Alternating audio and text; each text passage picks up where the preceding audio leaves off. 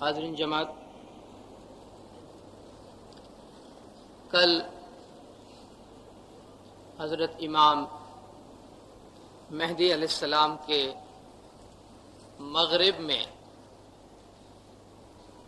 مغرب وہ علاقہ ہے جسے شمالی افریقہ کا نام بھی دیا جاتا ہے۔ اس علاقے میں امام کے ظہور اور ظہور سے متعلق اہم واقعات کل میں نے آپ کے سامنے پیش کیے۔ جماعت میں سے کچھ افراد نے امام مہدی کے بارے میں ایک وضاحت طلب کی ہے کہ شاید ان کے ذہن میں ایک الجھن پیدا ہوئی کہ ہمارے حضرت امام مہدی علیہ السلام اور اثنا عشریوں کے مہدی المنتظر کے درمیان کیا فرق ہے۔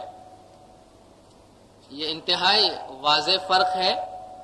اور میں نہیں سمجھتا کہ اس سلسلے میں کہیں بھی کوئی ایسی بات ہے کہ جس سے کوئی الجھن پیدا ہو سکے۔ پھر بھی میں گزارش کرتا چلوں۔ آپ کو یاد ہوگا پہلے بتایا گیا ہے حضرت امام جعفر صادق علیہ السلام کے بعد آپ کے بیٹے امام اسماعیل علیہ السلام کی امامت کو تسلیم کرنے کی وجہ سے ہم اسماعیلی کہلوائے، جبکہ ایک گروہ نے ان کے بھائی موسیٰ کاظم کو امام مانا اور ان کی اولاد میں ان کے سلسلے میں جو ائمہ ہوئے، موسیٰ کاظم کے بعد علی رضا، محمد تقی، علی نقی، حسن عسکری، اور اس کے بعد حسن عسکری کے بعد کہتے ہیں محمد مہدی نام کا کوئی چھوٹا سا بچہ تھا جو ان کے نزدیک امام مہدی تھے اور جو انتہائی بچپن میں غائب ہو گئے، اور وہ تو اب تک غائب ہے، اور بقول ان کے وہ قیامت کے قریب کبھی ظاہر ہوں گے اور دنیا پہ امن و امان قائم کریں گے۔ تو اثنا عشریوں کے امام مہدی یا بعض سنی حلقوں میں بھی امام مہدی کا تصور پایا جاتا ہے، جو مہدی المنتظر، جن کا انتظار کیا جاتا ہے، اور وہ مہدی اب تک غائب ہے۔ اس مہدی کا امام مہدی علیہ السلام سے کوئی تعلق نہیں، اور ہمارے حضرت امام مہدی علیہ السلام حضرت امام اسماعیل علیہ السلام کی اولاد سے تھے، حضرت امام رضی عبداللہ علیہ السلام کے فرزند ارجمند، اور جن کا ظہور مغرب میں آ کر ہوا، اور وہاں وہ امام غائب تھے۔ ہمارے امام مہدی کے ظہور کا مطلب کوئی غائب سے ظاہر آنا نہیں تھا، بلکہ وہ دنیا میں ظاہر ہی تھے، لیکن دور سطر کی وجہ سے، حالات ناسازگار ہونے کی وجہ سے، ناساز ہونے کی وجہ سے لوگوں کی نظروں سے اپنی حقیقت کو پوشیدہ رکھتے تھے۔ اس وجہ سے وہ ائمہ مستورین تھے، یعنی لوگوں کی نظروں سے اپنی حقیقت کو چھپانے والے ائمہ۔ اور جب انہوں نے یہ اعلان کر دیا کہ وہ امام مہدی ہے، تو امام مہدی علیہ السلام کے دور سے ہماری امامت کے ساتھ ساتھ، ائمہ کے امامت کے ساتھ ساتھ خلافت کی بھی پھر سے بنیاد پڑی۔ آپ کو یاد ہوگا مولا مرتضی علی کے زمانے میں آپ کے پاس امامت و خلافت دونوں تھی۔ آپ کے بعد حضرت حسن علیہ السلام نے جب خلافت سے اپنے آپ کو علیحدہ کر دیا تو امامت اور خلافت پھر سے جدا ہو گئی، جو اب تک جدا تھی، اور اب جا کے پھر سے امامت اور خلافت ایک ساتھ جمع ہوئی جب امام مہدی علیہ السلام نے اپنے آپ کو امام کے ساتھ ساتھ خلیفہ بھی ظاہر کیا۔ اور یہ مغرب میں اور اس کے بعد مصر میں، ایجپٹ میں فاطمی ائمہ کی امامت اور خلافت تقریباً 200 سال رہی، جو حضرت امام مستنصر باللہ علیہ السلام کے زمانے میں جا کر ختم ہوئی، جبکہ آپ کے بعد پھر اسی قسم کا ایک جھگڑا سامنے آیا کہ آپ کے بعد کون امام ہے، اور ہم اسماعیلی امام نزار علیہ السلام کو ماننے کی وجہ سے نزاری کہلوائے، جبکہ ایک اور طبقے نے امام کے دوسرے بیٹے مفتی علی کو امام مانا اور جو آگے چل کے بوہری کہلائے، جو آج ہم جانتے ہیں بوہرا ہمارے درمیان بہت سے لوگ موجود ہیں۔ یہ عرصہ امام مہدی علیہ السلام سے لے کر اور امام مستنصر باللہ علیہ السلام، کچھ عرصہ مغرب میں، اور اس کے بعد امام معز علیہ السلام سے لے کر مصر میں، ایجپٹ میں انتہائی جاہ و جلالی کے ساتھ، جاہ و حشمت کے ساتھ انہوں نے حکومت کی، اور تاریخ اسلام میں اور تاریخ اسماعیلیہ میں ایک سنہرا باب چھوڑا۔ علم و حکمت کی ترقی ہوئی. ایک بات یاد رکھنی چاہیے کہ فاطمی ائمہ کا بنیادی مقصد علم اور روحانیت کو پھیلانا تھا. انہوں نے کبھی سازش کر کے غلط راہوں سے کبھی بھی خلافت کے پیچھے یا حکومت کے لیے کام نہیں کیا. یہ اور بات تھی کہ انہوں نے حکومت کو دعوت کے لیے ایک انتہائی مؤثر اور طاقتور ذریعہ کے طور پر استعمال کیا، لیکن بنیادی طور پر اسماعیلی ائمہ خلافت کے پیچھے نہیں لگے رہے، بلکہ علم و حکمت کی فراوانی کے لیے، روحانیت کی ترقی کے لیے اور روحانیت کی فراوانی کے لیے انہوں نے کام کیا. یہی وجہ ہے کہ آپ دیکھیں گے دوسرے علاقوں میں آپ دیکھیں اور اس کے مقابلے میں اسماعیلی ائمہ کو دیکھیں، جب ان کے پاس حکومت آئی انہوں نے حکومت کے ساتھ ساتھ علم کو، روحانی اور فاطمی اور شیعہ علوم کو اتنی ترقی دی کہ خلافت تو بہت جلد ختم ہوگی. اسماعیلیوں پر ہزاروں قسم کے ظلم ڈھائے گئے لیکن اسماعیلی عقائد کو نہ مٹا سکے، اس لیے کہ انہوں نے حکومت کے ذریعہ نہیں بلکہ دعوت کے ذریعہ، علوم کے ذریعہ انہوں نے لوگوں کے دلوں کو جیتا تھا اور بہت وسیع علاقے میں انہوں نے دعات کو بھیجے تھے، داعیوں کو بھیجا تھا جنہوں نے دعوت کا کام کیا اور بڑے بڑے سرکردہ لوگوں کو اسماعیلی حلقے میں داخل کیا. چنانچہ میں مختصراً کچھ دعوت کے بارے میں اور داعیوں کے بارے میں گزارش کرتا چلوں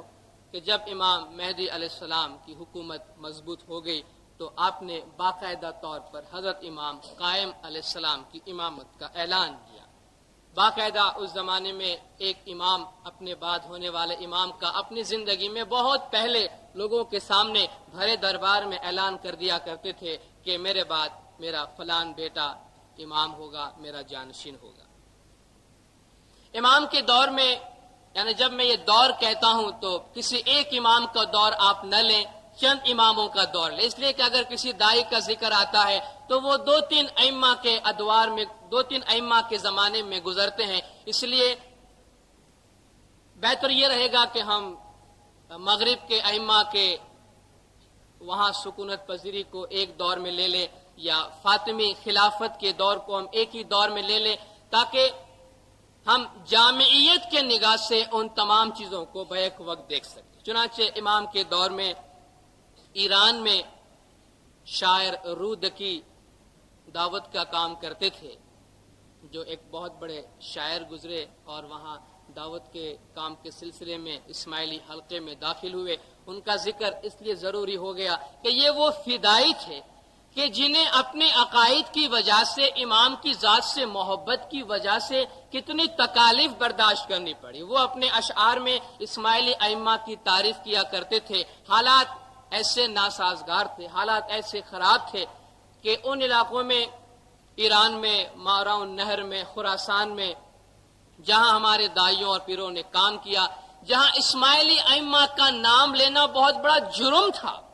چنانچہ شاعر رودکی کو بھی اپنے اسی عقیدے کی وجہ سے ابتدا میں ان کی حالت اچھی تھی لیکن بعد میں انہیں سزا دی گئی اور ان کی آنکھیں ضائع کر دی گئی، انہیں اندھا کر دیا گیا. اور کہتے ہیں کہ جلتی ہوئی آگ میں ان کے سر کو دبا کے رکھا گیا جن کی وجہ سے ان کی آنکھیں جو تھی وہ ضائع ہو گئی تھی. خراسان اور ماوراء النہر میں دائی ابو عبداللہ محمد بن احمد النصفی اور ان کے ساتھ اور ان کے بعد ابو یعقوب السجستانی دعوت کا کام کرتے تھے جنہوں نے انتہائی کامیابی حاصل کی. لیکن وہاں بھی عباسی خلیفہ کی ناراضگی اور سازش کی وجہ سے، عباسی خلفاء کا دارالخلافہ بغداد میں تھا، لیکن جہاں جہاں ان کے اثرات تھے یہی کوشش کرتے تھے کہ فاطمی ائمہ اور ان کے لیے کام کرنے والے کو تکالیف پہنچائی جائیں. چنانچہ وہاں ایک سازش کے تحت اسماعیلیوں کا قتل عام کیا گیا اور قتل عام میں بہت سارے اسماعیلی مارے گئے جس میں دائی النصفی بھی شہید ہوئے. اور اس قتل عام کو ہم اسماعیلی تاریخ میں اور اسماعیلی لٹریچر میں المحنۃ العظمیٰ کے نام سے یاد کرتے ہیں، یعنی بہت کڑی آزمائش، بہت بڑی آزمائش. یعنی اتنا بڑا قتل عام تھا کہ اسے ہمارے دائیوں نے المحنۃ العظمیٰ کا نام دیا، یعنی ہم پر ایک بہت کڑی اور بہت بڑی آزمائش کا دور تھا. دائی ابن حوشب نے جو کہ یمن میں تھے اور میں نے ذکر کیا تھا، انہوں نے مختلف علاقوں میں دائیوں کو بھیجا تھا، تو انہوں نے اپنے بھتیجے الحیثم کو سندھ بھیجا تھا۔ کتنے سال پہلے کی بات، 1100-1200 سال پہلے سندھ میں اسماعیلی نے دعوت کا کام کیا ہے۔ اور نہ صرف یہاں آخر انہوں نے دعوت ہی کا کام کیا، بلکہ ملتان میں اسماعیلی حکومت قائم ہو چکی تھی، اسماعیلی ریاست قائم ہو چکی تھی اور بہت شان و شوکت تھی۔ لیکن محمود غزنوی، جس کا نام آپ نے سنا ہے، اسماعیلیوں کا اور اسماعیلی عقائد کا کٹر دشمن، اس نے پہلے ملتان میں اور اس کے بعد اس کے قریب کے علاقے میں جہاں اسماعیلی بسنے گئے تھے، ان کا اثر و رسوخ ہوا تھا، ان دونوں ریاستوں کو محمود غزنوی نے اپنے دور میں تباہ کر دیا۔ امام مہدی علیہ السلام نے اپنے دور میں 2 مرتبہ مصر کی طرف توجہ کی۔ یہ بہت اہم بات ہے ہماری اس تاریخ میں کہ امام کوشش کرتے رہے کہ ایجپٹ، مصر کس طرح ہاتھ آ جائے، اس لیے کہ دور اندیشی کی نگاہ سے وہ دیکھتے تھے کہ اسے آج نہیں تو کل ہمیں اپنا مرکز بنانا ہے جہاں سے دنیا بھر کے اسماعیلیت کے لیے کام ہوگا۔ امام نے اپنی زندگی میں 2 مہم چلائی، لیکن ایک دفعہ خود ہمارے ہی سپاہ سالار کی غلطی کی وجہ سے کوئی خاص کامیابی نہیں ہوئی، بلکہ نقصان بھی اٹھانا پڑا۔ درمیان میں کرامتا کا ذکر کرتا چلوں کہ امام کے دور میں کرمتیوں نے بہت شور مچایا، اور یہ کرمتی کون تھے یا کرامتا کون تھے؟ امام تقی محمد علیہ السلام نے اپنے دور میں، دور 70 کی بات ہے، اپنے ایک دائی حسین احوازی کو عراق کی طرف بھیجا تھا، اور عراق میں ان کی ملاقات حمدان بن اشعث سے ہوئی، جو قرمت کے نام سے مشہور تھا۔ اور قرمت کا ایک مطلب یہ ہے کہ تیز قدم رکھنے والا، چھوٹے قدموں سے تیز چلنے والا، اور کہتے ہیں کہ اس کا قد بہت پست تھا، بہت چھوٹی قد کا تھا، ٹھنگنا تھا، اس لیے وہ تیز قدم رکھ کے چلتا تھا، اس لیے اس کا نام قرمت پڑ گیا۔ ایک اور بھی نبطی زبان سے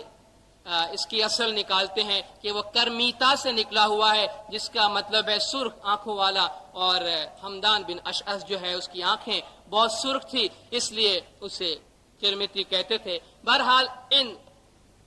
ان کا نام پڑ گیا قرمتی، اور ان کے گروہ کا نام کرامتا۔ یہ حمدان بن اشعث جب دائی حسین احوازی کو ملا تو بہت متاثر ہوا، اسماعیلی بنا اور دائی بنا، اور دعوت کے کام کے سلسلے میں امام تقی محمد جب انتقال فرما گئے، ان کی وفات ہوئی، آپ نے جامع تبدیل کیا، امام رضی عبداللہ امام ہوئے، آپ نے حسب معمول دائیوں کو خطوط لکھے، تو امام تقی محمد اور امام رضی عبداللہ ظاہر ہے 2 امام مختلف طور پہ خطوط لکھتے ہوں گے، ان کا طریقہ طرز تحریر مختلف ہوگی، تو دائی حمدان بن اشعث کو شک ہوا کہ یہ خط اس امام کا نہیں ہے جس کے لیے ہم دعوت کرتے تھے، چنانچہ اس نے اپنے ایک ساتھی کو بھیجا کہ جاؤ تم معلومات حاصل کرو کیا بات ہے۔ وہ گیا، امام نے بتایا کہ امام نے جامع تبدیل کیا ہے اور اب میری طرف سے دعوت ہو رہی ہے، اور امام نے اسے کافی سمجھانے کی کوشش کی، لیکن اس کے ذہن میں نہ معلوم کوئی شک تھی اور کوئی بات اسے سمجھ میں نہیں آئی۔ وہ حمدان بن اشعث کے پاس آیا اور انہوں نے تمام دائیوں کو جمع کر کے سلمیہ کی دعوت سے، اسماعیلی دعوت سے علیحدگی اختیار ہے۔ انہوں نے کہا کہ ہم اس دعوت سے علیحدہ ہوتے ہیں، اپنی علیحدہ دعوت انہوں نے شروع کی، لیکن اسماعیلی دعوت سے چونکہ وہ جدا ہوئے تھے، اس لیے اسماعیلی عقائد کے ساتھ کچھ حد تک ان کی مشابہت پائی جاتی تھی، اس لیے بہت جگہوں پہ غلط فہمی پائی جاتی ہے کہ اسماعیلی کرامتا سے نکلے ہیں یا کرمتی اسماعیلی ہی ہے۔ حقیقت یہ ہے کہ کرامتا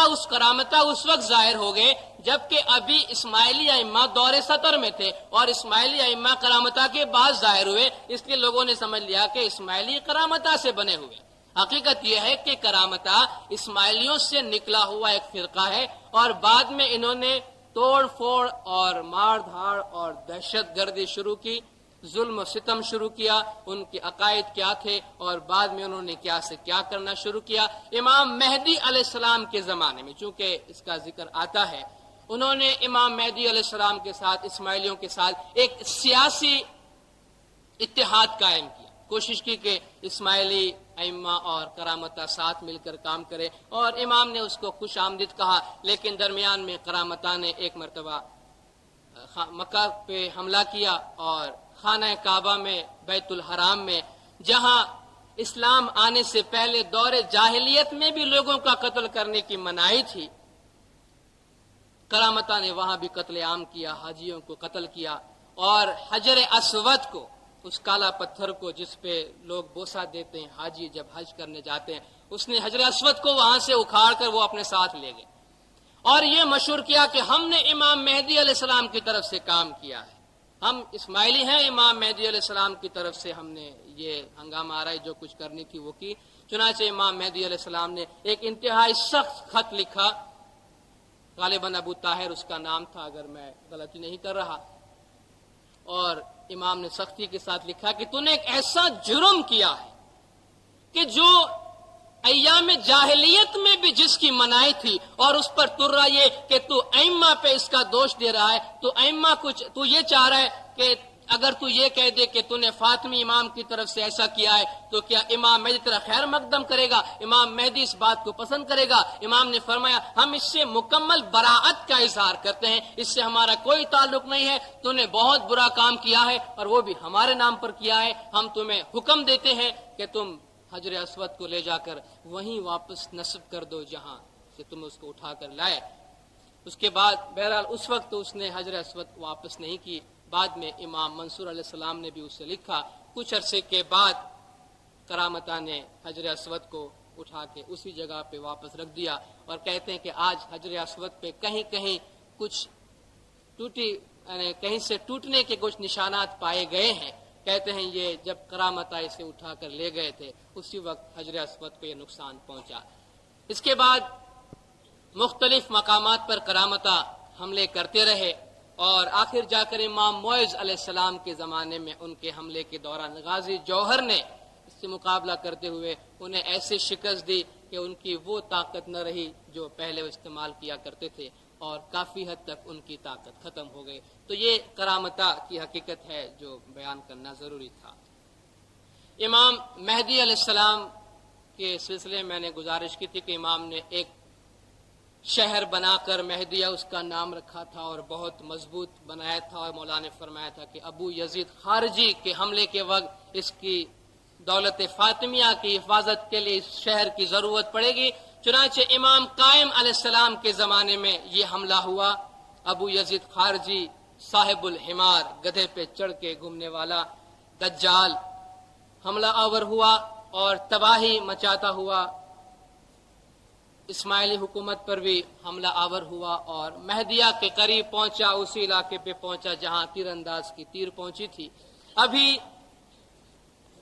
امام قائم علیہ السلام اس کا مقابلہ کر رہے تھے، انہوں نے محاصرہ کیا ہوا تھا،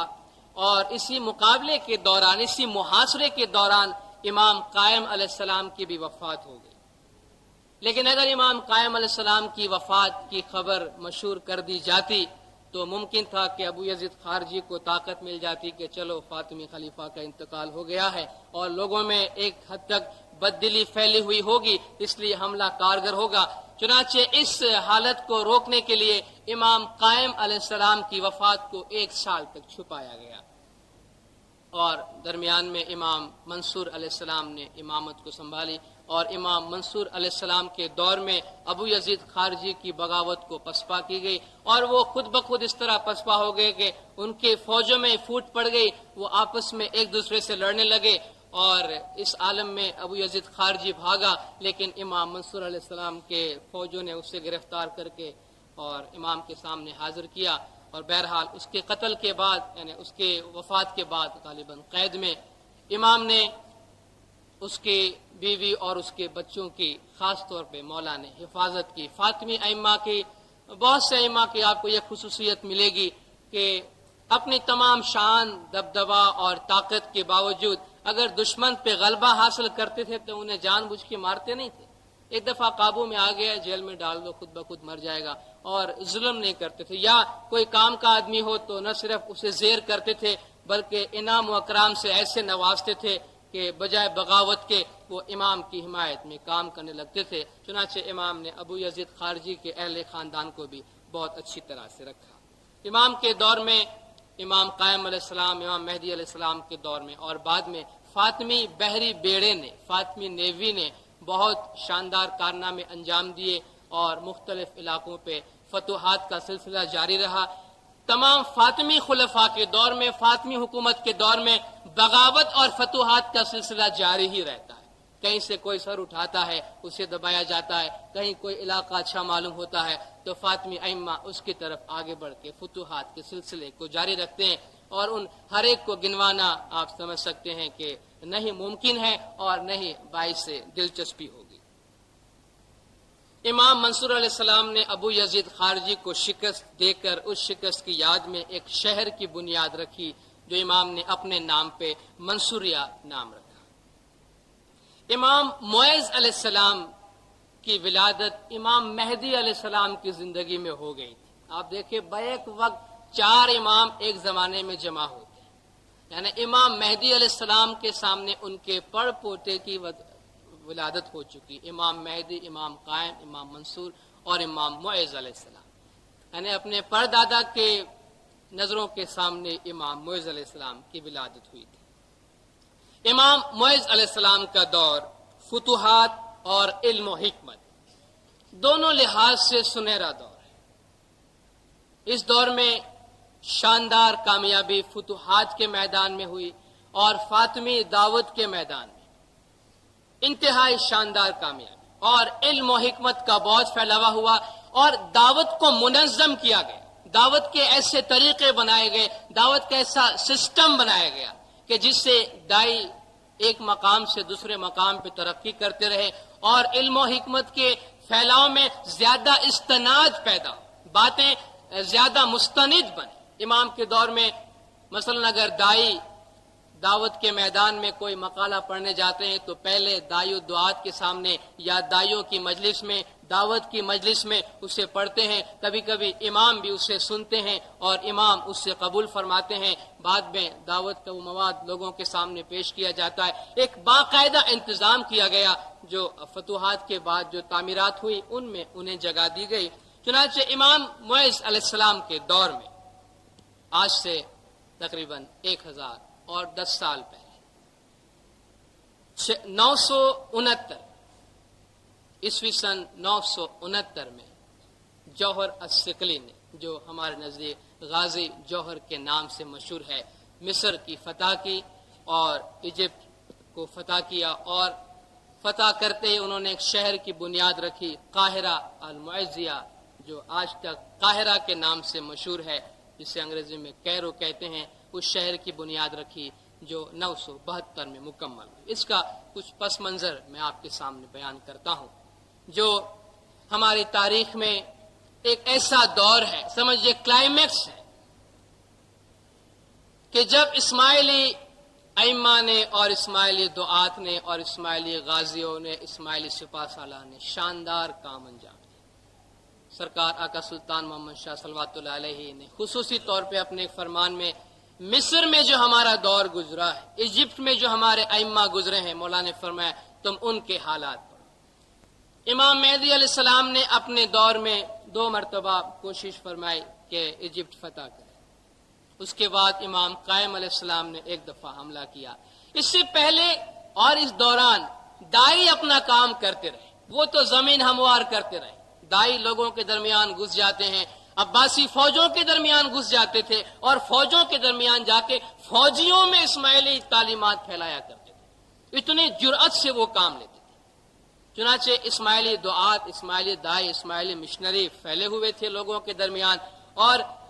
رائے عامہ ہموار کر رہے تھے، لوگوں کی توجہ فاطمی ائمہ کی طرف مبذول کرا رہے تھے اور لوگوں کو تیار کر رہے تھے کہ جب فاطمی حکومت یہاں آ جائے تو لوگ اسے قبول کریں۔ اور اس دوران حالات امام کے لیے سازگار اور مصریوں کے لیے ناسازگار ہوئے کہ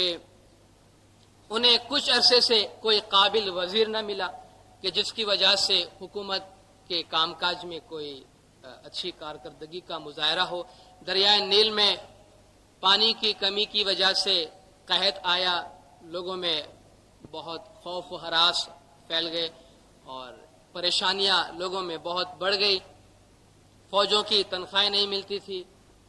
عوام میں ایک قسم کی بد امنی اور بے چینی پھیلی ہوئی تھی۔ اس دوران امام معز علیہ السلام کو خطوط ملتے تھے کہ آپ آئیے اور ایجپٹ کی حکومت، مصر کی حکومت آپ سنبھالیں۔ چنانچہ امام نے جوہر الثقلی کو حکم دیا کہ تم ایک فوج تیار کرو۔ جوہر الثقلی یوں لگتا ہے کہ امام کے بہت بڑے وزیر تھے لیکن انتہائی ادنا حالت سے اوپر آئے۔ سکلیات سے، سسلی سے وہ ایک غلام کی حیثیت سے آئے تھے جنہیں بیچا گیا تھا، اور امام کے غلاموں کے ساتھ وہ پلے، لیکن امام کی نظر التفات اس پہ پڑی، امام کی نظر خاص اس پہ پڑی۔ امام نے آہستہ آہستہ اس کو ترقی دی، امام کا کاتب بنا، امام کا سیکرٹری بنا، اور امام کی فوج کا سپاہ سالار بنا، اور امام نے حکم دیا کہ تم ایک فوج کی تیاری کرو، اور شاندار دبدبے والی فوج ہونی چاہیے، اور ہم ایجپٹ فتح کریں گے، ہمیں مصر سے دعوت آئی ہے۔ چنانچہ انتہائی شان و شوکت کے ساتھ یہ تیاری کی گئی۔ فوج کی روانگی سے پہلے جوہر الثقلی بیمار پڑا، بہت شدید بیمار، اتنا بیمار کہ بس موت سامنے ہے، ابھی مرا کہ اب مرا۔ امام بہت غمگین ہوئے۔ امام معز علیہ السلام جوہر الثقلی کی عیادت کو گئے اس کے گھر۔ یہ بہت بڑا اعزاز تھا اس زمانے میں کہ اگر کوئی بیمار ہوتا ہے اور امام اس کو دیکھنے کے لیے جاتا ہے تو کہتے ہیں بہت بڑا اعزاز ہے کہ امام نے اس کو بہت بڑا مقام دیا ہے کہ اس کی بیماری میں خود امام پوچھنے کے لیے آئے ہیں۔ چنانچہ امام نے جوہر الثقلی کی عیادت کرنے کے بعد باہر نکل کے فرمایا کہ جوہر اس بیماری میں نہیں مرے گا اور مصر اسی کے ہاتھوں فتح ہوگا، اور یہ بغیر لڑے وہاں داخل ہوگا۔ ایک اور موقع پر امام نے جوہر الثقلی کے لیے اپنے اعتماد کا ایسا اظہار فرمایا کہ اگر کوئی بھی فوج نہ جائے، جوہر الثقلی اکیلا جائے تو تب بھی یہ مصر فتح کرنے والا ہے۔ گویا امام کی جانب سے یہ ایک پیشن گوئی تھی۔ چنانچہ امام نے، غازی جوہر اور دوسرے سپاہ سالار کھڑے تھے، ان کو امام نے فرمایا کہ مصر کی فتح جنگ کیے بغیر ہی ہوگی، خون بہائے بغیر ہی ہوگی۔ تم اپنی چادروں میں، یعنی آرام کے ساتھ، لڑنے کی ضرورت نہیں ہوگی، تم اپنی چادروں میں مصر میں داخل ہوگے اور وہاں ایک شہر کی بنیاد ڈالی جائے گی جس کا نام قاہرہ ہوگا۔ امام نے اس شہر کا نام بھی بتا دیا جو بعد میں ہونے والا تھا۔ چنانچہ امام کے فرمان کے مطابق جوہر الثقلی اپنی شاندار فوج لے کے روانہ ہوئے،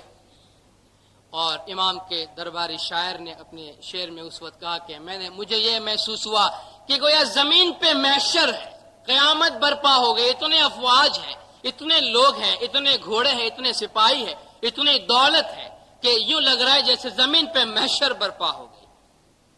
امام نے جوہر الثقلی کی بہت عزت افزائی کی، امام نے انہیں دعائیں دی، تمام سپاہ سالاروں سے امام نے حکم دیا کہ وہ پیدل چلے، حتیٰ کہ امام نے اپنے شہزادے کو یہ حکم دیا کہ وہ بھی کچھ دور تک اپنے گھوڑے سے اتر کے جوہر الثقلی کو احترام دے، اس کی طرف عزت کا اظہار کرے۔ اور جب جوہر الثقلی روانہ ہو چکے تو امام اپنے گھر جا کے جو لباس آپ پہنے ہوئے تھے اسے اتار کے تحفتاً جوہر الثقلی کو بھجوا دیا۔ اتنی امام کو جوہر الثقلی کی ذات پہ اعتماد تھا اور آپ سے اتنی محبت تھی، ایک ایسی ہستی جو انتہائی ادنا غلام سے امام کے نزدیک اتنے اعلیٰ مقام پہ پہنچے۔ جوہر الثقلی امام کی پیشن گوئی کے مطابق، جیسا کہ مولا نے فرمایا تھا، لڑے بغیر صلح و آشتی کے ساتھ مصر میں داخل ہوئے، پہلے اسکندریہ میں، اس کے بعد فسطاط میں، اور ایک صلح نامہ ہوا مصریوں کے ساتھ، اور جوہر الثقلی نے انتہائی دانائی کے ساتھ، انتہائی دانش مندی کے ساتھ صلح و آشتی سے کام لیتے ہوئے صلح نامہ کے تمام شرائط ان کے لیے پورے کیے اور امن و امان قائم کی۔ فسطاط میں داخل ہوتے ہی، مصر میں داخل ہوتے ہی انہوں نے پہلا کام امام کے فرمان کے مطابق یہ کیا کہ اس شہر کی بنیاد رکھی جائے، القاہرہ۔ چنانچہ اس شہر کی بنیاد رکھی گئی، امام کے فرمان کے مطابق اس کا نام القاہرہ رکھا گیا۔ آج تک اس شہر کا نام القاہرہ المعزیہ یا قاہرہ معزیہ، معز کا قاہرہ، کائرو آف امام معز، اس نام سے آج تک یہ مشہور ہے، لیکن اب لوگوں کے ذہن میں صرف کیرو رہ گئی ہے جو آج ایجپٹ کا دارالحکومت ہے۔ چنانچہ القاہرہ کی بنیاد رکھ کے اس کے ساتھ ساتھ غازی جوہر الثقلی نے امام کے لیے، امام معز کے لیے اور امام عزیز کے لیے محلات بنائے ان کے رہائش کے لیے، اور اس کے ساتھ ساتھ انہوں نے چونکہ دنیاوی خلافت کی بنیاد پڑ چکی تھی، دارالخلافہ کی بنیاد پڑ چکی تھی، اور القاہرہ کو دارالخلافہ بنانا تھا، اس کے ساتھ ساتھ علمی کارکردگی کو بھی آگے سے آگے بڑھانے کے لیے انہوں نے ایک مسجد کی بنیاد رکھی، بہت شاندار مسجد جامع ازہر، جو صرف مسجد نہیں تھی بلکہ اس میں علم و حکمت کی تعلیم کی بنیاد رکھی گئی، مختلف قسم کے علوم کے تعلیم دی جانے لگی، جو بعد میں امام عزیز علیہ السلام نے اسے ایک یونیورسٹی کا درجہ دیا، اور آج تک یہ بات مانی جاتی ہے کہ جامع ازہر جو امام معز علیہ السلام کے دور میں، امام عزیز علیہ السلام کے دور میں جوہر الثقلی کے ہاتھوں وجود میں آئی، دنیا کی سب سے پہلی یونیورسٹی ہے، اور آج بھی اسلامی ممالک میں جامع ازہر کو بہت بڑی اہمیت حاصل ہے۔ اگر کوئی فتویٰ جامع ازہر کی طرف سے، وہاں کے مفتیوں کی طرف سے اعلان کیا جاتا ہے امت مسلمہ کے درمیان، تو آج بھی وہ سب سے زیادہ مستند سمجھی جاتی ہے، جس طرح کہ آپ کو معلوم ہے کہ آپ سنتے ہیں کہ جامع ازہر کے مفتی نے فلان فتویٰ دیا ہے یا فلان اعلان کیا ہے۔ آج تک القاہرہ، کائرو اور جامع ازہر بظاہر ہمیں وہ نشانیاں نہیں ملتی قاہرہ کی، جو سوائے کے چند کھنڈرات کے جو غازی جوہر نے بنیاد رکھی تھی، لیکن جامع ازہر آج بھی پکار کر اسماعیلیوں سے اور دنیا والوں سے یہ کہہ رہی ہے کہ دیکھو فاطمی ائمہ نے کیا کام کیا، انہوں نے محض حکومت قائم نہیں کی بلکہ ان کا مقصد تھا امت مسلمہ اور بنی نوع انسان کے لیے کام کرنا، بھلائی کرنی، اور اس میں انہیں جو وسائل ہاتھ آتے تھے اس کی استعمال کر کے اس کام کو آگے سے آگے بڑھاتے تھے۔ جب مصر کے حالات درست ہو گئے تو امام معز علیہ السلام مغرب سے مصر تشریف لائے، جو آج سے تقریباً 1000 سال پہلے کی بات ہے، جو ہمارے تاریخ ہم نے 1400 برس پہلے شروع کی تھی اور 1000 سال تک آپ پہنچے ہیں۔ امام کے ساتھ جب امام مغرب سے مصر کی طرف گئے تو قاضی نعمان، جو اس دور کے بہت بڑے ہمارے دائی اور بہت بڑے عالم اور قاضی القضات، چیف جج گزرے ہیں، وہ اس وقت امام کے ساتھ تھے۔ جعفر بن منصور الیمن ابن حوشب، جو یمن میں دعوت کا کام کر رہا تھا، جس کا چھوٹا بیٹا اپنے بڑے بیٹے ابو الحسن کی کارکردگی کی وجہ سے ناراض ہو کر امام کے پاس آ گیا تھا، امام قائم کے زمانے میں پہنچا تھا، وہ بھی امام معز علیہ السلام کے ساتھ مغرب سے مصر پہنچتا ہے، اور امام کا درباری شاعر بھی اس وقت امام کے ساتھ تھے۔ اور امام کے دور میں اور بعد میں امام کے دور میں جعفر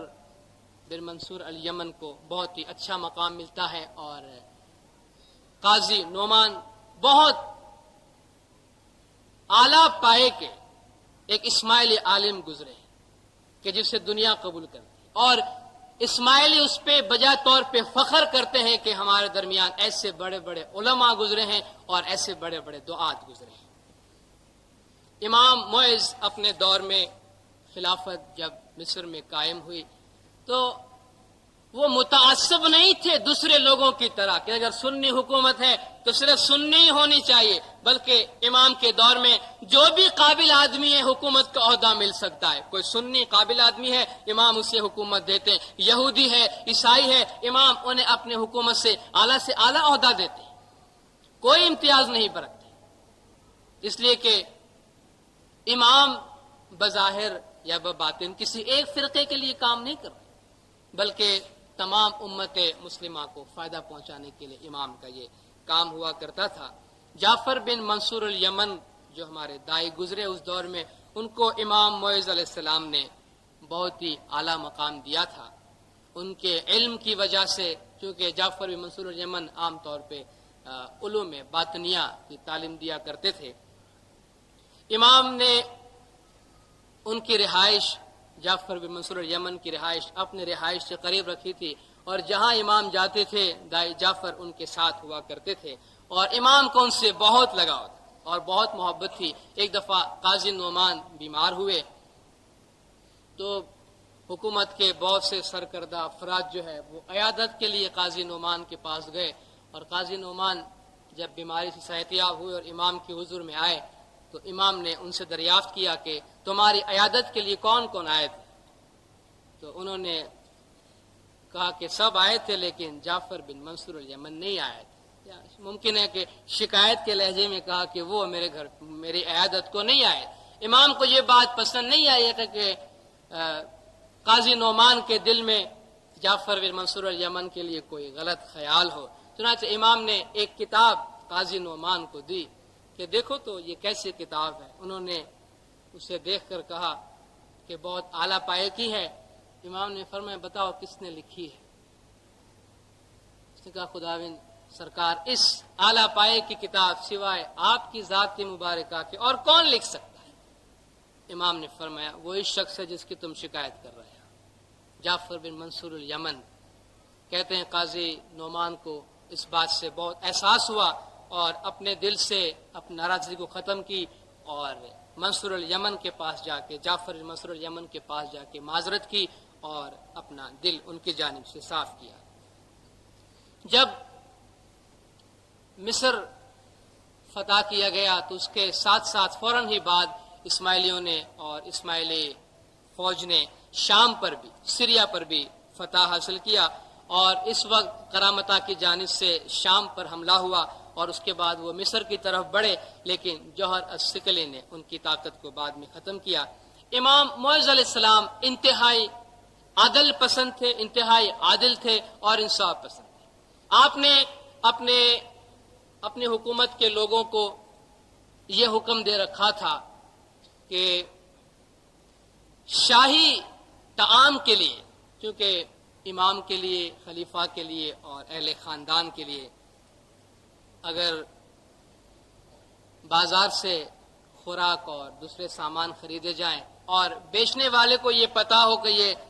خلیفہ کے لیے جا رہا ہے تو ممکن ہے وہ کچھ لحاظ کر کے اور نقصان کر کے کم قیمت میں دیں گے۔ اس لیے امام نے یہ حکم دے رکھا تھا کہ جس قیمت میں عوام بازار سے سامان خریدتی ہے ہمارے لیے بھی اسی قیمت پہ لاؤ، کوئی امتیاز نہ برتا جائے، مکمل طور پہ لوگوں کے ساتھ عدل کیا جائے اور لوگوں کو یہ پتا بھی نہیں ہونا چاہیے کہ یہ سامان امام کے لیے خریدا جا رہا ہے، مبادا وہ اپنے لیے نقصان برداشت کریں گے۔ چنانچہ امام نے اپنی جانب سے یہ پوری کوشش فرمائی کہ لوگوں کے درمیان عدل و انصاف رہے اور امام کی وجہ سے یا خلیفہ کی وجہ سے لوگوں کو کوئی تکلیف نہ ہو۔ امام کے بعد امام عزیز علیہ السلام کے دور میں مصر میں کافی خوشحالی رہی اور رعایا بہت آرام، چین اور اطمینان سے رہے۔ امام عزیز علیہ السلام کے عہد میں ہی جامع ازہر کو یونیورسٹی کا درجہ دیا گیا، اور آپ کے دور میں آپ کے وزیر یعقوب بن کلس گزرے ہیں جنہوں نے دعوت کے کام میں اور خاص طور پہ دائیوں اور دعوتوں کو مرتب کرنے میں بہت شاندار خدمات انجام۔ علم فاطمیوں کے دور میں علم اور ادب کو ترقی دینے میں انہوں نے بہت کام کیا، اور امام عزیز علیہ السلام ان کی ذات سے بہت محبت رکھا کرتے تھے۔ چنانچہ اس کی ایک مثال یہ بیان کی جاتی ہے کہ یعقوب بن کلس جب ایک دفعہ بیمار ہوا تو امام عزیز علیہ السلام اس کی عیادت کو گئے۔ پھر یہ ایک اہم واقعہ ہے کہ آپ دیکھتے ہیں کہ اگر امام کسی کی عیادت کو جاتے ہیں، تیمارداری کو جاتے ہیں، تو یہ ماننا پڑتا ہے کہ یہ شخص ہمارے دعوت میں یا امام کے قربت میں انتہائی اہم مقام رکھتا ہے۔ اس کی بیماری کو دیکھ کر امام نے یہ سمجھ لیا تھا کہ یہ شاید جان لیوا ثابت ہو، چنانچہ اس وقت امام نے یہ فرمایا تھا کہ یعقوب بن کلس اگر دولت دے کر میں تمہاری صحت کو خرید سکوں تو میں اپنی حکومت کی ساری دولت خرچ کرنے کو تیار ہوں تمہارے لیے۔ اگر دولت سے تیری صحت حاصل ہوتی ہو تو میں ساری دولت بانٹنے کو تیار ہوں، اور اگر جان دے کر کسی کی جان دے کر اگر تیری جان بچائی جا سکے یا تجھے صحت ملتی ہو تو امام نے فرمایا میں اپنے بیٹے کو تیرے لیے قربان کرنے کو تیار ہوں۔ سرکار نے اپنے ایک فرمان میں فرمایا ہے کہ ماضی میں اسماعیلی دائیوں نے اور اسماعیلی سپاہ سالاروں نے، اسماعیلی مریدوں نے امام کے ساتھ رہ کے بہت اعلیٰ خدمات انجام دیے، اور امام نے ان خدمات کو سراہا ہے۔ امام نے ان کو ایسے مواقع دیے ہیں، اور جب مولا فرماتے ہیں کہ تم ماضی کی طرف جھانک کے، اپنی تاریخ کی طرف جھانک کے دیکھو، تو اس کا مطلب یہ ہے کہ جو شاندار کارکردگی ہوئی ہے اسے دیکھو، اور اسی طرح آج کام کرنے کی کوشش کرو تاکہ وہ شان، وہ دبدبہ پھر سے لوٹ آئے۔ وقت پورا ہو رہا ہے اور تقریباً ہم نے امام عزیز علیہ السلام کے دور تک پہنچے، پھر امام حاکم بن امر اللہ ظاہر، امام مستنصر باللہ کے دور، اور انشاءاللہ کل یہ کوشش کی جائے گی کہ ایک انتہائی اہم موڑ جو ہمارے تاریخ میں پھر سے ایک مرتبہ آتا ہے کہ مصر میں فاطمی ائمہ کی حکومت ختم ہوتی ہے، اور یہاں سے امام کو حکومت چھوڑ کر اور آل موت کی طرف جانا پڑتا ہے، جہاں ہماری ایک نئی حکومت اور ایک نئی طرز قائم ہوتی ہے۔ اور امام مستنصر باللہ علیہ السلام کے دور میں چند بڑے بڑے دائی اور انتہائی دلچسپ حالات گزرے ہیں جو انشاءاللہ کل آپ کے سامنے پیش کیے جائیں گے۔ یا علی مدد۔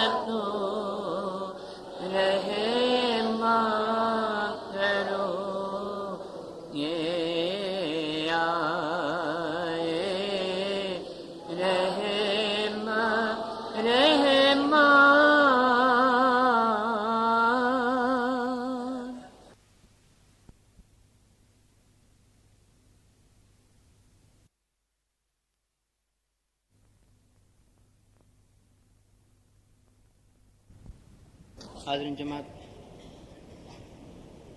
کل حضرت امام عزیز علیہ السلام کی حیات طیبہ کے بارے میں ہم بیان کر رہے تھے۔ امام عزیز علیہ السلام کے بعد حضرت امام حاکم بن امر اللہ تخت امامت و خلافت پہ جلوہ افروز ہوئے۔ امام حاکم بن امر اللہ قاہرہ میں پیدا ہونے والے سب سے پہلے فاطمی امام تھے۔ آپ کی زندگی میں کئی بغاوتیں ہوئیں، اور جیسا کہ میں پہلے ذکر کر گیا، فتوحات اور بغاوت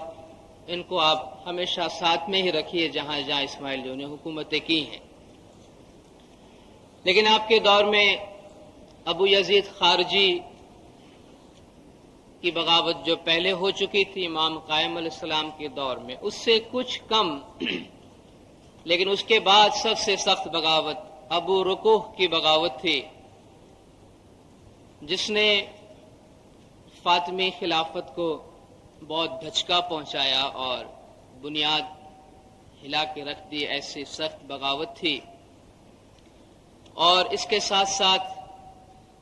دریائے نیل جس کے کنارے مصر واقع ہے، دریائے نیل ہمیشہ ایجپٹ کی زندگی میں ایک انتہائی اہم کردار ادا کرتا رہا۔ اگر دریائے نیل خوش ہے تو مصری خوش ہے، اگر دریائے نیل میں پانی نہیں تو مصریوں کو بہت تکلیف ہوتی تھی۔ چنانچہ اکثر اماموں کے دور میں آپ دیکھتے ہیں دریائے نیل میں پانی ہے تو ملک میں خوشحالی ہے، دریائے نیل میں طغیانی نہیں تو خوشحالی اور آبادی نہیں۔ چنانچہ امام حاکم بھی امر اللہ علیہ السلام کے دور میں بھی ایک طرف بغاوت اور پھر متواتر لمبے عرصے تک دریائے نیل میں طغیانی نہ آنے کی وجہ سے قحط بھی پڑا، جس سے امام حاکم بھی امر اللہ کے دور میں اکنامی پہ بہت برا اثر پڑا،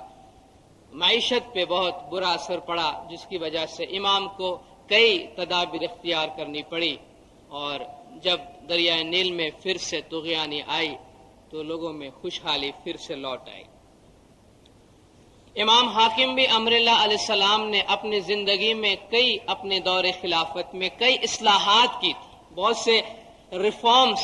آپ نے نافذ کیے تھے، لوگوں کی اخلاقی، مالی، دنیاوی، روحانی حالتوں کو بہتر بنانے کے لیے۔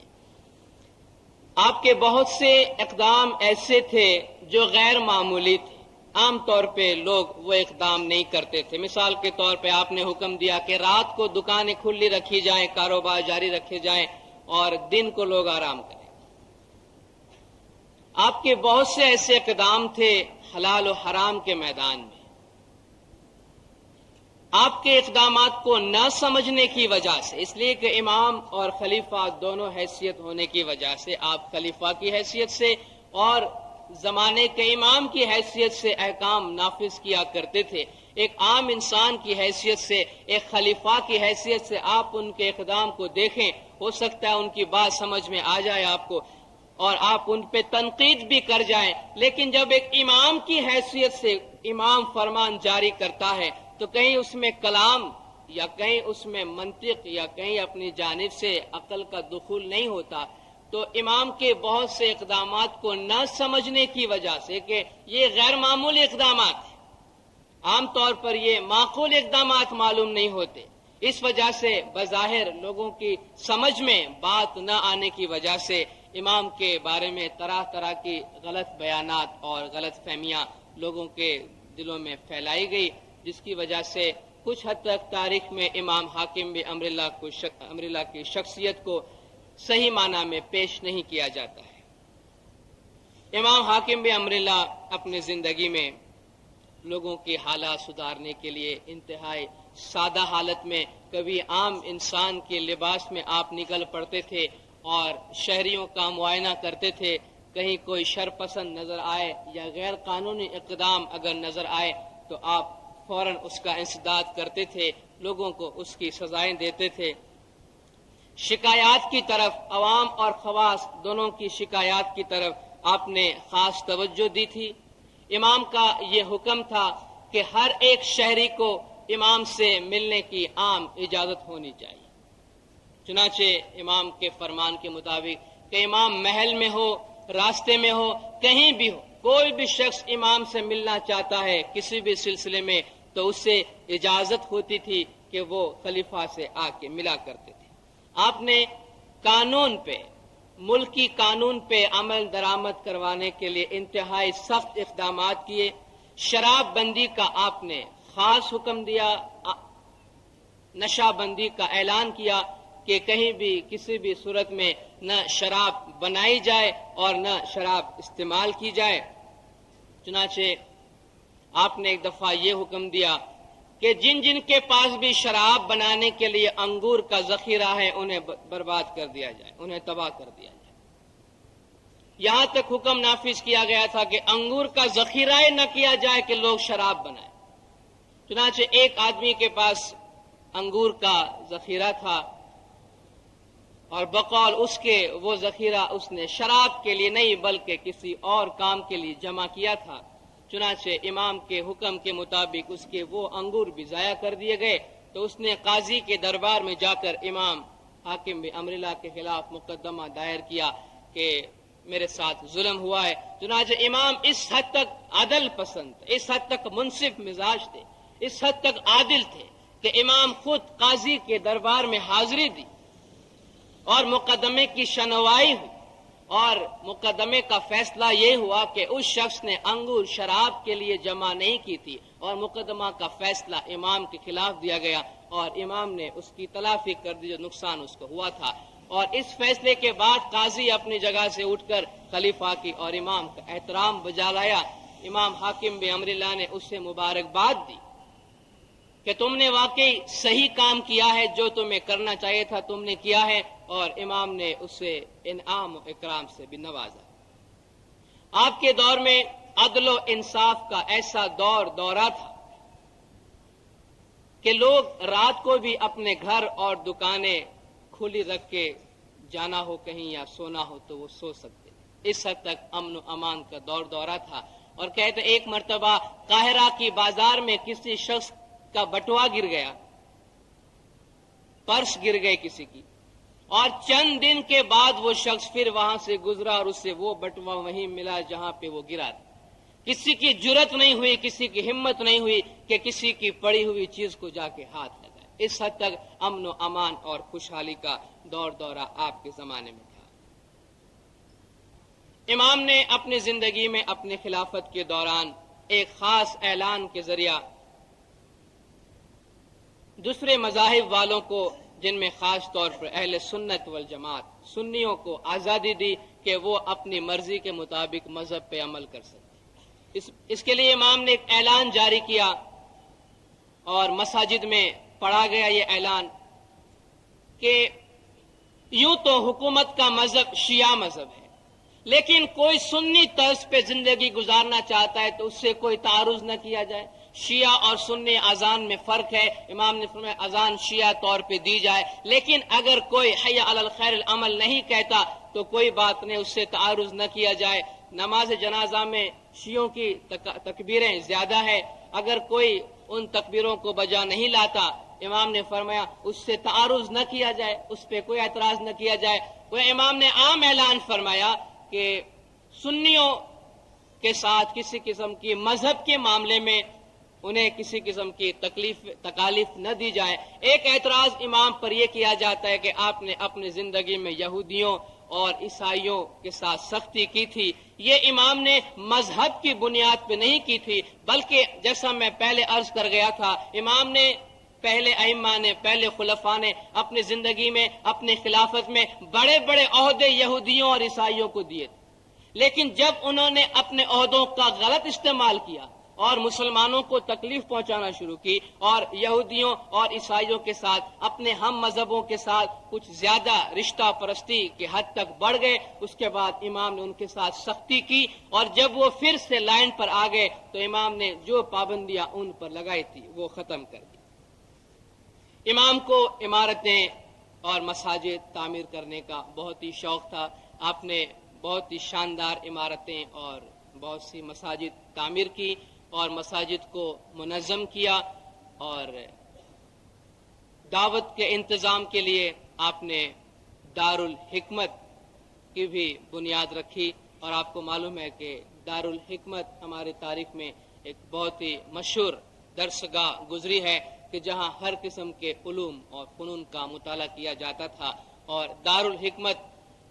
کی طرف سرکار آقا سلطان محمد شاہ صلوات اللہ علیہ نے اپنے اس فرمان میں ارشاد فرمایا ہے جو عام طور پہ ہم عام پنجے بھائی اور پنجے بہنوں کی مجلس میں پنجے بھائیوں کے متعلق فرمان میں پڑھتے ہیں کہ ہمارے باپ دادا کے زمانے میں جب مصر میں حکومت تھی تو دارالحکمت نام کا ایک بہت بڑا مکان بنایا گیا تھا جس میں علم و حکمت کا مطالعہ ہوتا تھا۔ بہرحال بعد میں جب کہ علم و حکمت کا پھیلاوا ہوا، بہت سے دائی جمع ہوئے اور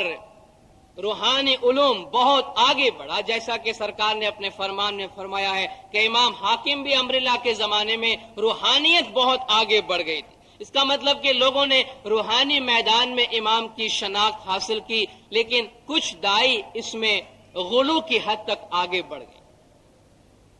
کچھ دائی غلو کی حد تک آگے بڑھ گئے۔ اس کا مطلب کہ انہوں نے امام زمانہ کو بہت ہی زیادہ کچھ سمجھنے لگے اور وہ باتیں سر عام کہنے لگے جو عام طور پر امام یا خلیفہ کے نہیں کہنی چاہیے، مثلا یہ کہ انہوں نے امام حاکم بھی امر اللہ کے لیے الوہیت کا دعویٰ کیا، یعنی یہ کہ امام حاکم بھی امر اللہ اپنے جامع بشری میں خدا ہے، چنانچہ جب معاملہ بگڑ گیا اور غلو کی حد تک پہنچا اور دعوت کے نظام میں بگاڑ پیدا ہوا تو امام حاکم بن امر اللہ نے کچھ عرصے کے لیے دارالحکمت کو بند کیا، اور بعد میں آپ نے اس دور کے مشہور دائی حجت العراقین دائی حمید الدین احمد الکرمانی، جس کا بہت احسان اسماعیلی علوم پر ہے، جس کا بہت بڑا احسان اسماعیلی تعویلی علوم پر ہے، جس کا بہت بڑا احسان اسماعیلی تاریخ اور اسماعیلی ادب پر ہے، حمید الدین احمد کرمانی کو امام نے بلایا اور دارالحکمت کا رئیس اسے بنایا، جنہوں نے دعوت کو پھر سے منظم کیا اور کتابیں لکھ کر اور دعوت کے ذریعہ دائیوں کے ذہنوں میں اور لوگوں کے ذہنوں میں جو انتشار پیدا ہو گیا تھا، جو غلو پیدا ہو گیا تھا، اسے دور کرنے کی کوشش کی اور پھر دارالحکمت کام کرنا شروع کر دیا۔ امام کے دور میں جیسا ہمیشہ ذکر کیا جاتا رہا، عباسی خلفاء کی یہ کوشش ہوتی تھی کہ ائمہ کو تکالیف پہنچائی جائے۔ جب انہوں نے دیکھا کہ فاطمیوں نے تو حکومت قائم کی ہے اور طاقت کے بل بوتے پر انہیں ختم نہیں کیا جا سکتا، اور فاطمی ہونے کے لحاظ سے لوگ بہت زیادہ ان کی طرف راغب ہو رہے ہیں، تو انہوں نے ایک اور چال چلی کہ ایک جھوٹا محضر شائع کیا، جھوٹا نسب نامہ، جھوٹا شجرہ شائع کیا، جس میں یہ ظاہر کرنے کی کوشش کی گئی کہ فاطمی ائمہ جو مصر میں ہے، جو فاطمی ہونے کا دعویٰ کرتے ہیں، وہ دراصل فاطمی ائمہ نہیں ہے بلکہ یہ کسی اور نسل سے ہے۔ یعنی امام کی نسلوں میں، امام کی شجرے میں، امام کی پشت میں بگاڑ پیدا کرنے اور لوگوں کے ذہنوں میں شکوک و شبہات پیدا کرنے کے لیے غلط باتیں بیان کی۔ اس دفعہ بھی ہوئی اور بعد میں تقریباً 40 سال کے بعد پھر انہوں نے ایک جھوٹا محضر شائع کیا ائمہ کے زمانے میں، جس سے ان کی کوشش یہ تھی کہ لوگوں کے ذہنوں میں فاطمی ہونے کا جو خیال بیٹھ گیا ہے وہ نکل جائے۔ بہرحال ائمہ علیہم السلام جو ائمہ برحق رہے، پورے تاریخ کے دوران ان پر حملے ہوتے رہے، تکالیف سے ہمکنار ہونا پڑا، لیکن پھر بھی چونکہ وہ نور خداوندی کے حامل ہوا کرتے تھے، اس لیے آج تک ہم اس نور خداوندی کو اپنے سامنے دیکھ رہے ہیں۔ امام حاکم بن امر اللہ کے آخری دور میں دروزی فرقہ پیدا ہوا۔ جیسا میں پہلے عرض کر گیا کہ دعوت کے نظام میں دائیوں کے ذہنوں میں انتشار پیدا ہوا، انہوں نے غلو کیا، اور کچھ لوگوں نے، کچھ دائیوں نے جو امام حاکم بن امر اللہ کو خدا ماننے لگے تھے، امام حاکم بن امر اللہ کے وفات کے بعد یہ ایک فرقہ کی صورت اختیار کر گئے جو امام حاکم بن امر اللہ کو خدا کی حیثیت سے ماننے لگے۔ ان کے بعد کسی اور امام کو انہوں نے تسلیم نہیں کیا، اور امام حاکم بن امر اللہ کی وفات بھی کچھ پراسرار طور پر ہوئی کہ آپ سوار ہو کر اور جنگل کی طرف گئے جہاں آپ کے علم نجوم کے بارے میں آپ کی رصدگاہ تھی، اس رصدگاہ کی طرف گئے جہاں سے امام واپس تشریف نہیں لائے، اور پھر جنگل سے آپ کی خون آلود قمیص ملی، جس سے ان دائیوں کو ایک اور موقع ملا کہ امام حاکم بن امر اللہ بھی غائب ہو گئے ہیں۔ اور جس طرح دوسروں کا نظریہ ہے غیبت کے بارے میں کہ قیامت کے قریب یا کسی مناسب وقت میں فلان امام ظاہر ہوں گے، ان کے نزدیک بھی یہ عقیدہ پروان چڑھا کہ امام حاکم غائب ہوئے اور وقت آنے پر ظہور کریں گے۔ دروزی طریقہ، دروزی فرقہ اور اس کے نظریات چونکہ اس وقت ہمارے دائرہ بحث سے باہر ہے، اس لیے ہم اسی پر اکتفا کرتے ہیں۔ امام حاکم بن امر اللہ کے بعد حضرت امام ظاہر علیہ السلام کے دور میں ایک جو اہم واقعہ وہ یہی ہے کہ دریائے نیل میں طغیان نہ آنے کی وجہ سے قحط پڑا۔ علوم اور حکم کے میدان میں حسب معمول ترقی ہوتی رہی، دعوت کے میدان میں کام آگے سے آگے بڑھتا رہا، اور دریائے نیل میں پانی کی کمی کی وجہ سے 3 سال تک امام ظاہر علیہ السلام کے دور میں بہت پریشانی کے گزرے، اور 3 سال کے بعد دریا میں پھر پانی آنے کی وجہ سے خوشحالی لوٹ کر آئی۔ امام مستنصر باللہ علیہ السلام کا دور جو ہمارے تاریخ میں پھر سے ایک مرتبہ ایک اہم دور ہے، اور امام مستنصر باللہ علیہ السلام کی ذات گرامی کے ساتھ بعض خصوصیات وابستہ ہیں، کچھ تاریخی حقائق، جن میں سے پہلا یہ ہے کہ امام مستنصر باللہ علیہ السلام 7 سال کی عمر میں امام اور خلیفہ بنے، 7 سال کی عمر میں، اور اس وقت تک آپ کی امامت اور خلافت کا دور سب سے طویل رہا، طویل ترین، یعنی آپ نے تقریباً 60 سال اور 5 مہینہ امامت اور خلافت پہ جلوہ افروز رہے۔ آپ کے دور میں یہ اہم واقعہ پیش آیا کہ پورے 1 سال تک حرمین شریفین میں یعنی مکہ اور مدینہ میں فاطمی خطبے میں فاطمی ائمہ کا نام لیا گیا، اس لیے کہ 1 سال تک عراق میں اور مکہ اور مدینہ پر فاطمیوں کی حکومت اور اثر و نفوذ قائم ہو گیا تھا، جس کی وجہ سے مکہ اور مدینہ میں 1 سال تک خطبے میں فاطمی ائمہ کا نام لیا جانے لگا، اور اسی دور میں پورا یمن ایک مرتبہ پھر سے اسماعیلیوں کے قبضے میں آ گیا۔ امام حاکم بھی امر اللہ کے امام مسلم باللہ علیہ السلام کے ابتدائی دور میں تو کچھ امن و امان برقرار رہا، اس کے بعد امام کو اپنی حکومت کے لیے کوئی لائق اور قابل وزیر نہ ملنے کی وجہ سے ایک قسم کا سیاسی بحران پیدا ہو گیا۔ وقتاً فوقتاً امام وزراء بدلتے رہے تاکہ بغاوتوں یا بدامنی اور سیاسی ابتری پر قبضہ حاصل کیا جائے، قابو کیا جائے، اور کہتے ہیں کہ امام نے تقریباً 15 سال میں 40 وزراء بدلے، ایک کے بعد دوسرے، ایک کے بعد دوسرے، اور آخر امام نے دراندیشی کا اظہار کرتے ہوئے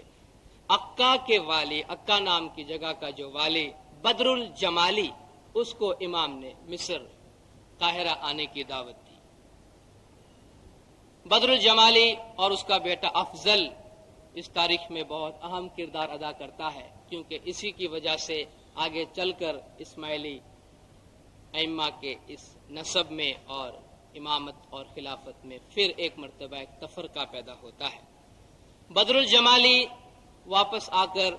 انتہائی خوش اسلوبی کے ساتھ حکومت کے کام کو اپنے ہاتھ میں لیتا ہے، اور وہ تمام خوشحالی جو قاہرہ سے اور مصر سے لٹ گئی تھی اسے واپس لے آیا۔ امام اس پہ بہت خوش ہوئے، اسے بہت سے نئے عہدوں سے نوازا، اور ساتھ ساتھ امام نے اسے قاضی القضات اور داعی الدعات بھی بنایا۔ 20 سال تک وہ وزیر رہا، اور اس کے بعد اس کا بیٹا افضل وزیر بنا امام حسن صرف اللہ علیہ السلام کے دور میں۔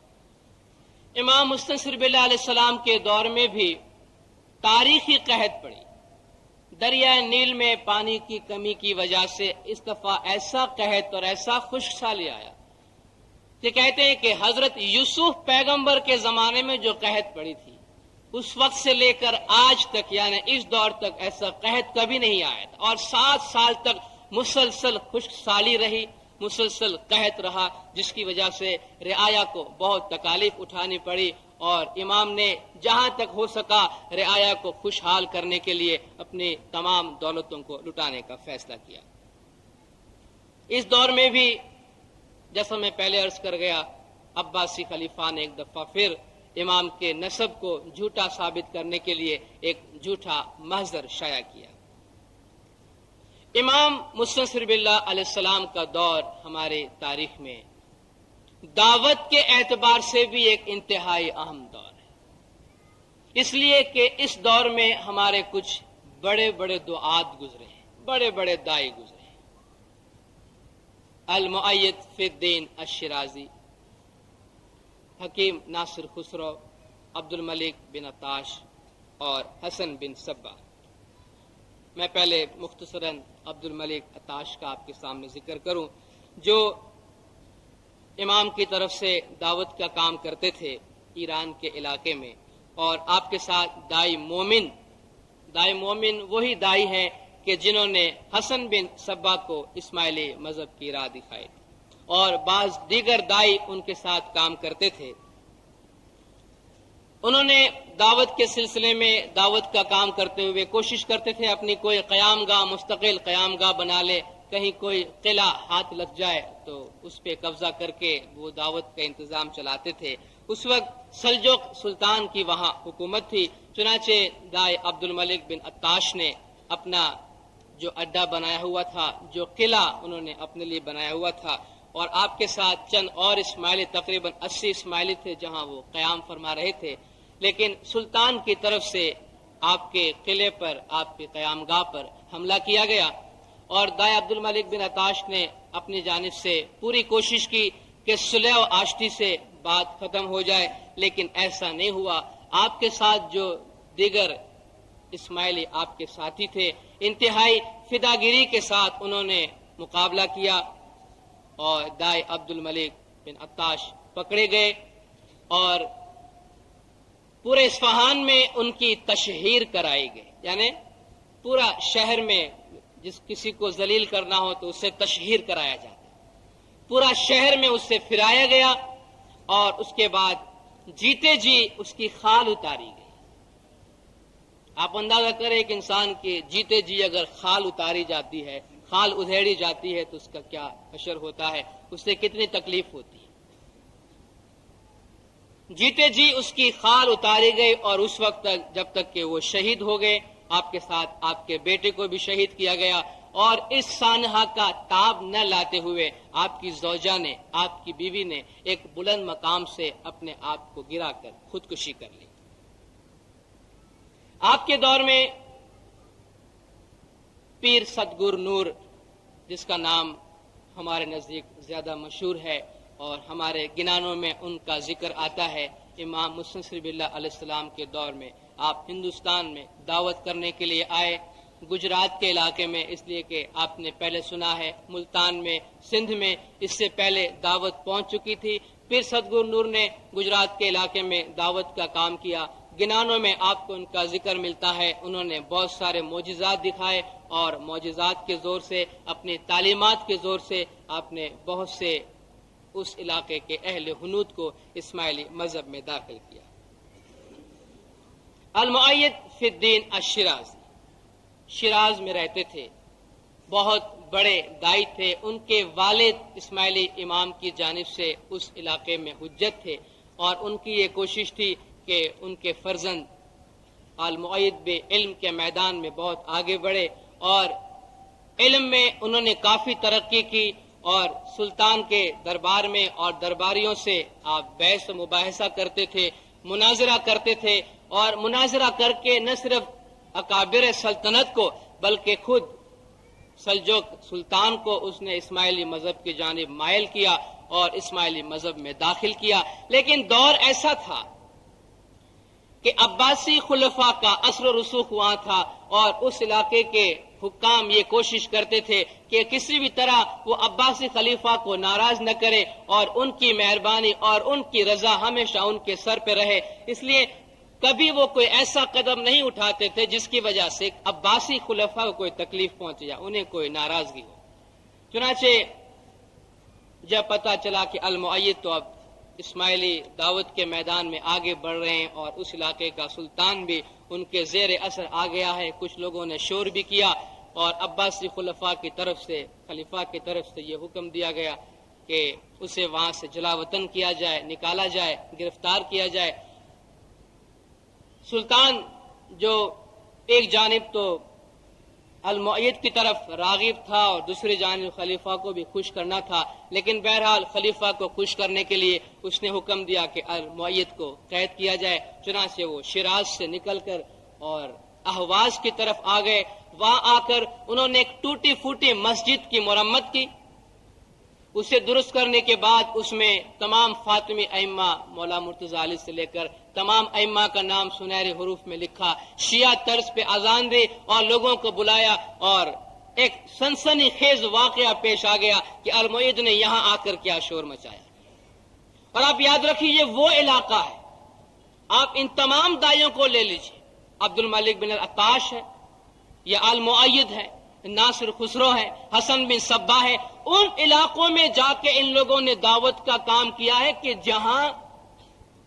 اسماعیلی ائمہ کا نام لینا اپنی موت کو دعوت دینے کے برابر، جہاں ان لوگوں نے جا کر مسجد میں سر عام شیعیت اور اسماعیلی مذہب کا پرچار کیا۔ چنانچہ حکم دیا گیا کہ انہیں گرفتار کیا جائے، اور جو عباسی ہواخات تھے، عباسیوں کے جو طرفدار تھے، وہ بڑے خوش ہوئے کہ اب تو المؤید گرفتار بھی ہو گئے اور قتل بھی ہو گئے۔ ابھی وہ گرفتار بھی نہیں ہوئے کہ ان کی گرفتاری اور قتل کی خبریں شائع ہو گئی، اور المؤید نے خود نے اپنے کان سے سنا کہ دو افراد آپس میں بات کر رہے، ایک نے دوسرے جا کر کہا کہ بھائی مبارک ہو کہ المؤید قتل کر دیا گیا ہے۔ اور اس نے کہا بڑی اچھی خوشخبری سنائی، میں تمہارا ہاتھ چومتا ہوں۔ اس نے اس کا ہاتھ چوما اور کہا بہت اچھی خبر ہے ہمارے لیے، آؤ ہم گلے ملتے ہیں۔ اور وہ گلے ملے ہیں اور المؤید سن رہے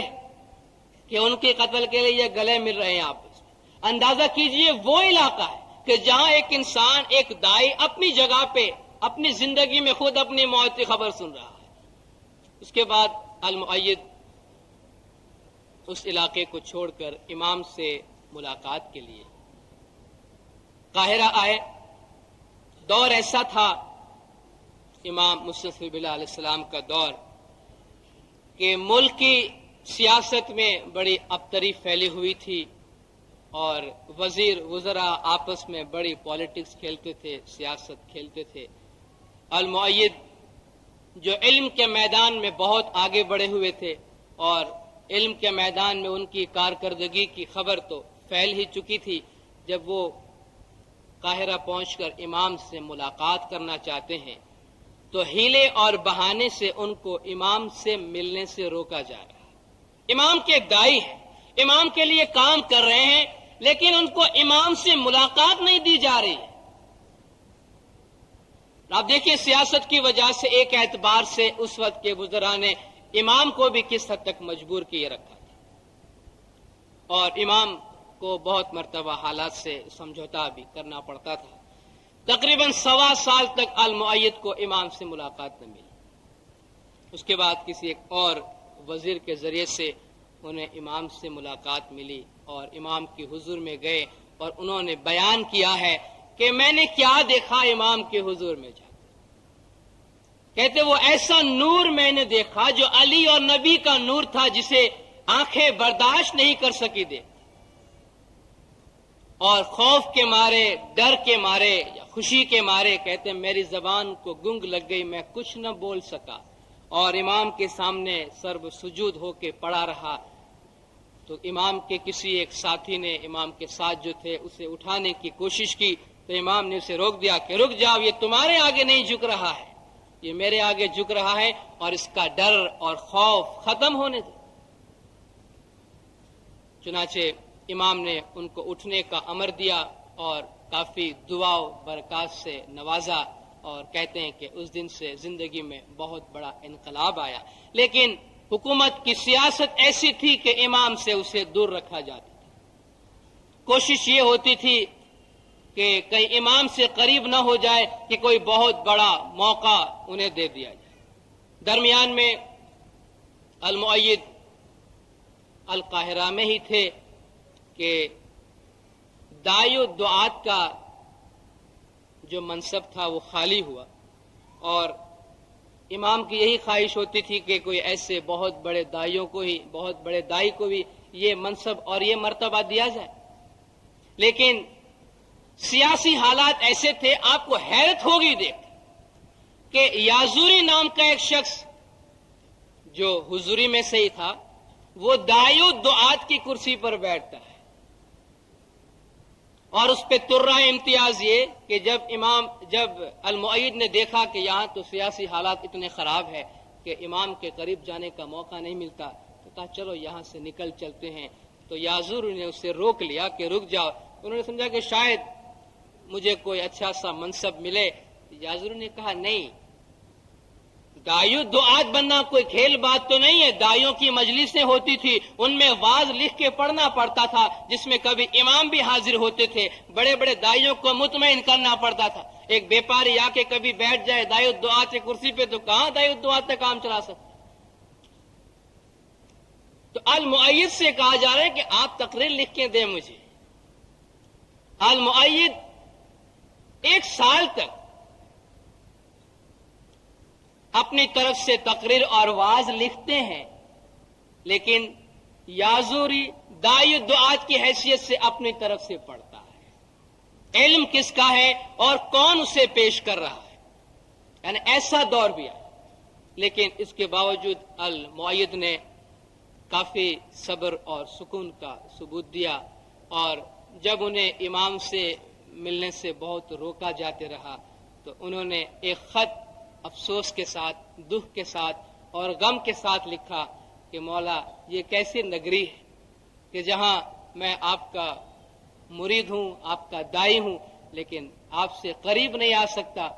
اس نے یہاں تک لکھا کہ اگر مجھے دونوں جہان کی دولتیں دے کر یہ کہہ دیا جائے کہ میں ایک لمحہ یا مولا آپ سے دور رہوں، کہتے یہ مجھ سے برداشت نہیں۔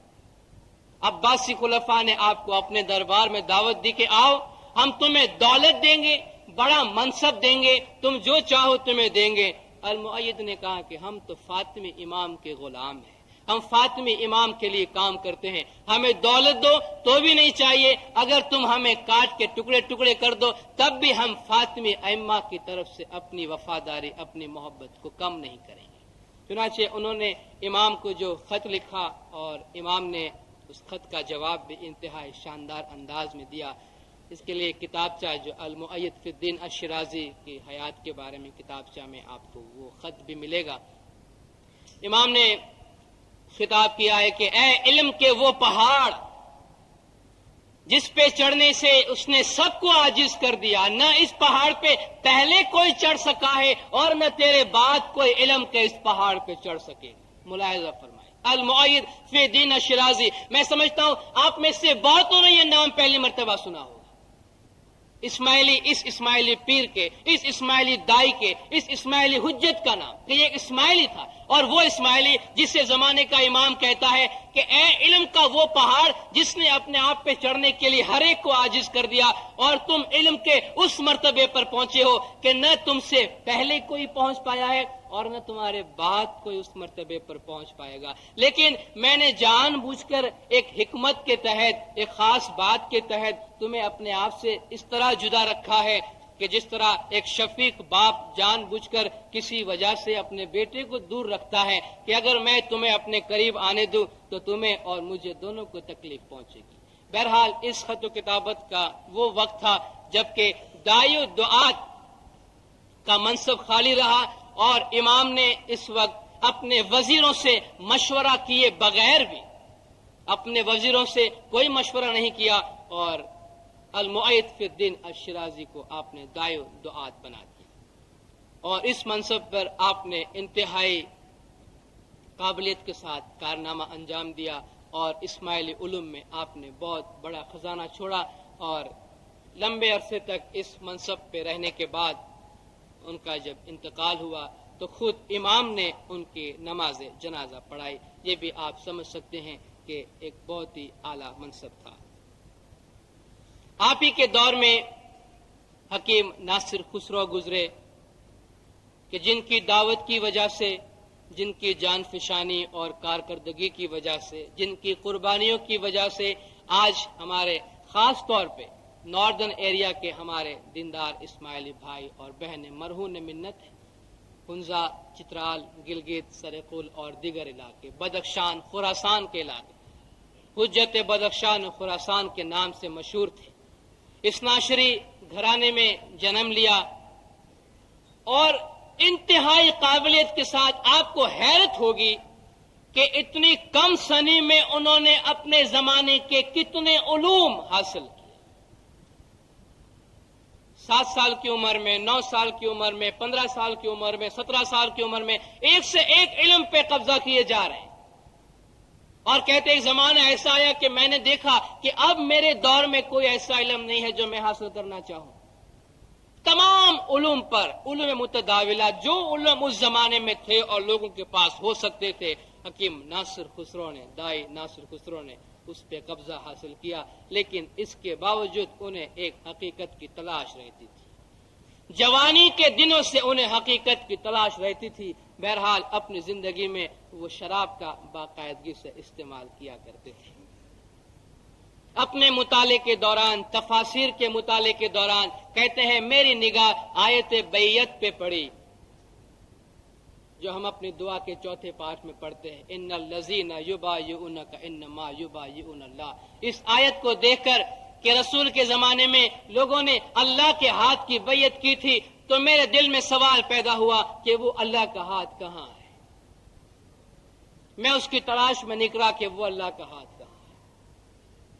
کہتے ہیں میں نے ہر ایک سے پوچھا کہ مجھے کوئی بتائے، لیکن کہتے ہیں کوئی مجھے نہیں بتایا۔ زندگی کا بہت طویل عرصہ ان کا گزرا اسی تلاش میں۔ اپنے روح کو بیدار کرنے میں. چنانچہ کہتے ہیں کہ ایک رات شراب پی کے اور مستی کے عالم میں آپ سوئے ہوئے تھے تو آپ نے کسی بزرگ کو خواب میں دیکھا اور اس بزرگ نے آپ کو کچھ نصیحتیں کی اور ان کو جس حقیقت کی تلاش تھی ید اللہ کی، خدا کے ہاتھ کی، اس کے متعلق انہوں نے کہا کہ تمہاری جو تلاش ہے اس کے لیے میرا جواب یہ ہے کہ جویندہ یا بندہ، جو ڈھونڈتا ہے اس سے ملتا ہے. من جد وجد، جو ڈھونڈتا ہے وہ پاتا ہے. اتنا کہہ کر انہوں نے خانہ کعبہ کی طرف، مکہ کی طرف اشارہ کیا اور وہ بزرگ روپوش ہو گئے. کہتے ہیں اس دن سے ان کی زندگی میں انقلاب آیا. مسجد میں گئے، نماز قائم کی، اپنی حیات سابقہ سے انہوں نے انحراف کیا، زندگی کو بدلی اور کافی ثروت مند تھے، کافی دولت مند تھے، اچھا ان کے پاس منصب تھا. وہ تمام منصب چھوڑا اور رخت سفر باندھا، سفر کا سامان اپنے ساتھ لیا اور نکل پڑے سفر پہ. بڑے بڑے شہروں سے گزرے اور قاہرہ پہنچے. ناصر خسرو کا سفر نامہ کبھی اگر آپ کو پڑھنے کا موقع ملے تو آپ پڑھیے، اس کا بیان یہاں مقصود نہیں کہ کن کن شہروں سے گزرے، انہوں نے کیا دیکھا، اور پھر قاہرہ کے بارے میں، قاہرہ کی جاہو جلالی کے بارے میں جو کچھ لکھا ہے اور دوسرے نگریوں سے جو انہوں نے اس کا موازنہ کیا ہے وہ قابل قرأت ہے، جس سے پڑھنا چاہیے. بہرحال قاہرہ میں سیدنا المؤید فی الدین الشرازی سے ان کی ملاقات ہوئی اور ان کے سامنے اپنا سوال رکھا کہ میں تو تلاش میں ہوں، میں یہ ڈھونڈتا ہوں اور میں ایسی ویسی بات نہیں مانتا، مجھے ہر بات کا جواب لاجک سے چاہیے، ہر بات کا جواب منطق سے چاہیے،